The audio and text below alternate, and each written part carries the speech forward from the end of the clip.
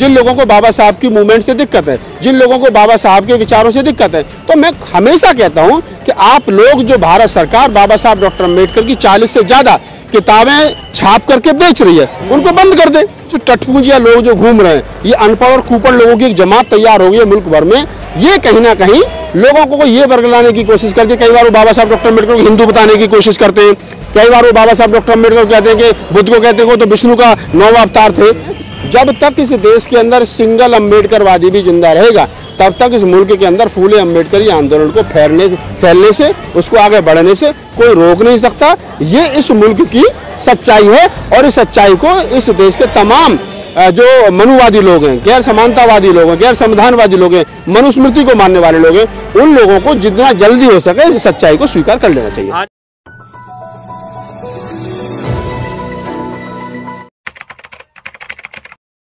व्यक्तिगत जीवन में आदमी जो भी करता है, जब तक वो जीवित रहता है और उस अपने जीवन काल में कोई भी व्यक्ति जो भी करता है, उसके परिवार के लोग, उसके समाज के लोग, अगर वो परिवार के लिए करता है तो परिवार के लोग, अपने बेटा बेटियों के लिए करता है तो बेटा बेटी, और समाज के लिए करता है तो समाज के लोग, देश के लिए करता है तो देश के लोग, और अगर पूरी मानवता के लिए करता है तो पूरे मानव जगत के लोग उसको उसके परिनिर्वाण दिवस पर याद करते हैं। बाबा साहब डॉक्टर अम्बेडकर आज हमारे बीच नहीं है।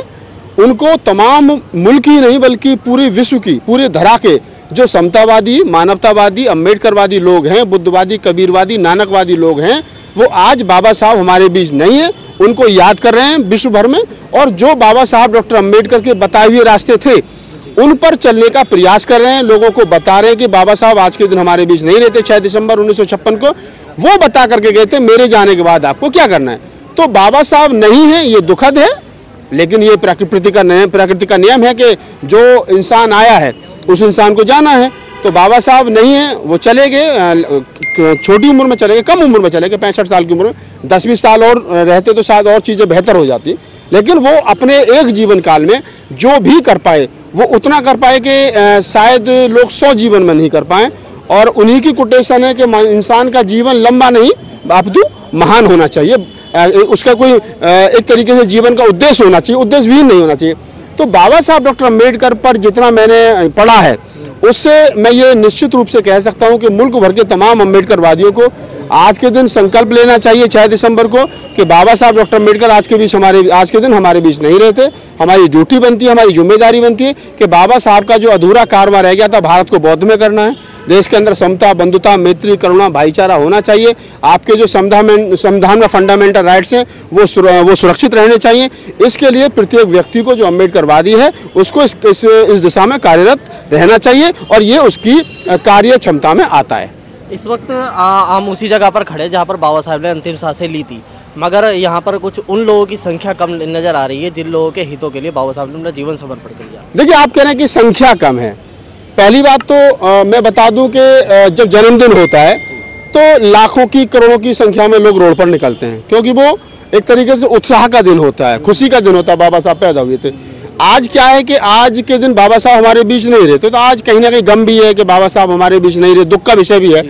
आज के दिन ज़्यादातर लोग घरों में रहते हैं और चैत्य पूजा, जिसको हमारे यहाँ बौद्ध धर्म में कहते हैं, जो हमारे यहाँ बौद्ध भिक्षुओं की जो समाधि हुआ करती है, समाधि कहिए उसको या कुछ भी कहिए, उनको उनकी पूजा जैसे होती है। तो आज के दिन बाबा साहब को याद करते हुए अपने बीवी बच्चों के साथ में, परिवार के साथ में, बाबा साहब की स्टेचू के सामने 2 मोमबत्ती लगा करके उनको नमन करते हुए प्रत्येक व्यक्ति को अपने घर में कम से कम उनको याद करना चाहिए। बाबा साहब के द्वारा लिखे हुए किसी भी पुस्तक के 2, 3, 4 पेज जरूर पढ़ने चाहिए। बाबा साहब की 22 प्रतिज्ञाओं को दोहराना चाहिए, बुद्ध के 5 सील को दोहराना चाहिए, ताकि जो बाबा साहब डॉक्टर अम्बेडकर का सपना था उसको साकार किया जा सके। आप बाबा साहब की 22 प्रतिज्ञाओं को लेकर के बात चल रहे हैं, मगर वो तो विवादित हो चुकी है ना।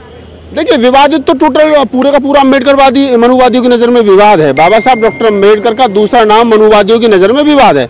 आज जिस दौर से मुल्क गुजर रहा है और जिस दौर में हम लोग खड़े हैं, जिस दौर में संविधान को जला दिया जाता हो, डॉक्टर अम्बेडकर मुर्दाबाद के नारे लगते हो, संविधान मुर्दाबाद के नारे लगते हो, आरक्षण मुर्दाबाद के नारे लगते हो, जिस दौर में कबीर को नकारा जाता हो, रैदास को नकारा जाता हो, फूले साहू जी महाराज को नकारा जाता हो, बुद्ध को नकारा जाता हो, डॉक्टर अम्बेडकर की मूर्तियां तोड़ दी जाती हो, उस दौर में अगर बाबा साहब डॉक्टर अम्बेडकर की 22 प्रतिज्ञा विवादित हो जाती है तो ये कोई बहुत बड़ी बात नहीं है, इस पर आश्चर्यचकित नहीं होना चाहिए। अगर जिन लोगों को बाबा साहब डॉक्टर अम्बेडकर की 22 प्रतिज्ञाओं से दिक्कत है, जिन लोगों को बाबा साहब की मूवमेंट से दिक्कत है, जिन लोगों को बाबा साहब के विचारों से दिक्कत है, तो मैं हमेशा कहता हूं कि आप लोग जो भारत सरकार बाबा साहब डॉक्टर अम्बेडकर की 40 से ज़्यादा किताबें छाप करके बेच रही है, उनको बंद कर दे। जो हिंदी और इंग्लिश में बाबा साहब की वॉल्यूम्स हैं, जो राइटिंग एंड स्पीचेस हैं, उनको छाप के बेचना बंद कर दे। वो ऐसा कर नहीं सकती है, लेकिन ये सरकार की गोद में या सरकार के इशारे पर कुछ टटपूंजिया लोग जो घूम रहे हैं, ये अनपढ़ और कुपड़ लोगों की एक जमात तैयार हो गई है मुल्क भर में। ये कहीं ना कहीं लोगों को ये वर्गलाने की कोशिश करके, कई बार वो बाबा साहब डॉक्टर अम्बेडकर को हिंदू बताने की कोशिश करते हैं, कई बार वो बाबा साहब डॉक्टर अम्बेडकर कहते हैं कि बुद्ध को कहते हैं वो तो विष्णु का 9वां अवतार थे। लेकिन जब कोई बस नहीं चलता है, जब बाबा साहब की 22 प्रतिज्ञा आड़े आ जाती हैं, तो बहुत सारे तो बौद्ध भिक्षु कहते हैं कि बाबा साहब की प्रतिज्ञा नहीं है, इनका बौद्ध हमसे कोई लेना देना नहीं है। तो इस देश के अंदर चल वही रहा है, सरकार अपने इशारे पे तमाम चीजें करना चाहती है, लेकिन वैसा होगा नहीं। इस देश के अम्बेडकरवादी जीवित हैं। जब तक इस देश के अंदर सिंगल अम्बेडकरवादी भी जिंदा रहेगा, तब तक इस मुल्क के अंदर फूले अम्बेडकरी आंदोलन को फैलने से, उसको आगे बढ़ने से कोई रोक नहीं सकता।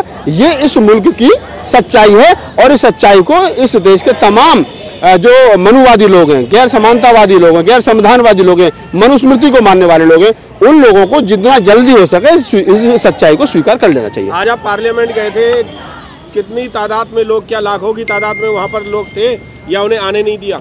देखिए, मैं ये कहूँगा कि पार्लियामेंट में सुबह गया था, हालांकि मैं 4 साल 5 साल बैन रहा, रात को भी 11:15 बजे मेल आई कि आप आ सकते हैं। हम लोग क्यों वैन थे, क्यों नहीं थे, तो कोई बात की बात है, लेकिन मैं 4 साल के बाद पार्लियामेंट गया। लोगों में उत्साह है, लोगों में डर भी है। कहीं ना कहीं लोग जिस प्रकार से वर्तमान समय में हमारे सरकारी अफसरों को डराया जा रहा है, प्रोफेसर्स को डराया जा रहा है, और जिस प्रकार प्रोफेसर रितु पिछले 100 दिन से अधिक समय से रोड पर न्याय की मांग के लिए बैठी है, कल परसों जो है वो लक्ष्मण यादव को नौकरी से निकाल दिया है, रतन लाल जी का प्रमोशन रोका जा रहा है, तमाम चीज़ें हैं, सरकारी अफसरों को नोटिस थमाया जा रहा है, उनकी सियार खराब की जा रही है। ऐसे में लोग डरे भी हैं, धंधे नहीं है, फिर भी लोग आ रहे हैं, बढ़ चढ़ करके आ रहे हैं। जो लोग आ रहे हैं उनका धन्यवाद है। संसद भवन में कितने लोग पहुंचे, कितने लोग बाबा साहब को पुष्पांजलि अर्पित करने के लिए पहुंचे, ये महत्वपूर्ण नहीं है। महत्वपूर्ण ये है कि बाबा साहब डॉक्टर अम्बेडकर के बताए हुए मार्ग पर कितने लोग चल रहे हैं, ये महत्वपूर्ण है। और दूसरा महत्वपूर्ण ये है कि उस दिशा में, उस दौर में, जिस दौर में सरकार अम्बेडकरवादियों को कुचल देना चाहती है, जिस दौर में फूलेवादियों को,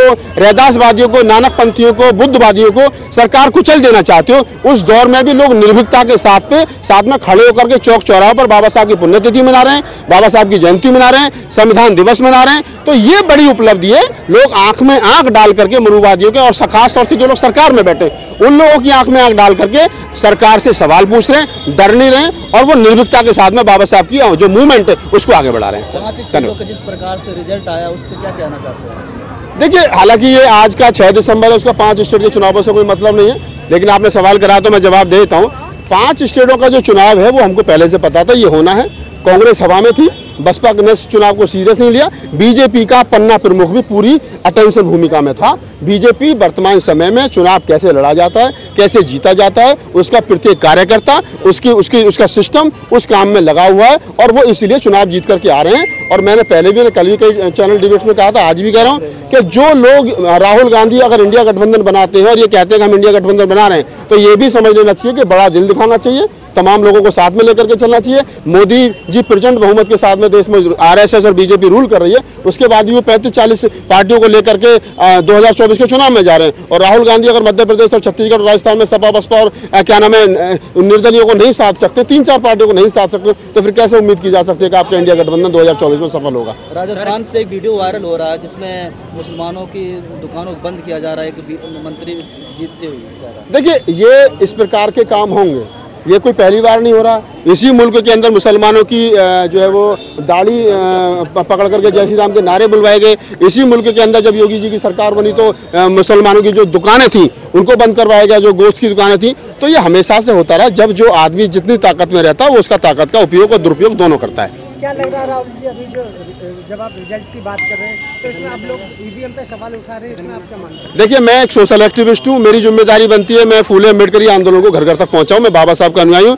जिन लोगों को राजनीति करनी है, जो लोग जिनको MP MLA बनना है, जिनको प्रधानमंत्री मुख्यमंत्री बनना है वो ईवीएम पर सवाल खड़े करे, वो ईवीएम के खिलाफ आंदोलन करे। मुझे नहीं बनना, मुझे ईवीएम से कोई मतलब नहीं है। बहुजन नेता इकट्ठा नहीं हो रहा है, इस तरह हमारे लोग, कमजोर लोग, गरीब लोग पिट रहे हैं, समाज पिट रहा है, इस पे क्या कहेंगे? मेरे कहने से बहुजन नेता तो इकट्ठे होंगे नहीं।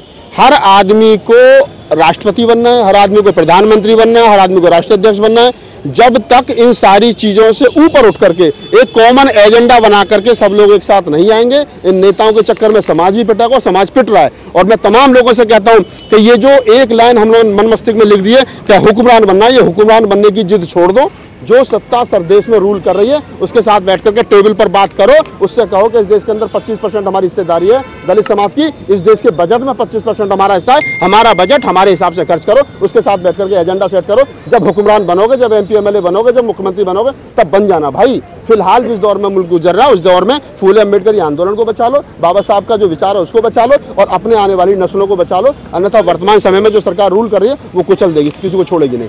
क्या लगता है जिस प्रकार से बीजेपी जीत रही है और राजस्थान में, मध्य प्रदेश में दलित समाज पिट रहा है, क्या लगता है कि जो समाज है, गरीब समाज है, उसको अब शिक्षा से अपने सामाजिक संगठन मजबूत करिए।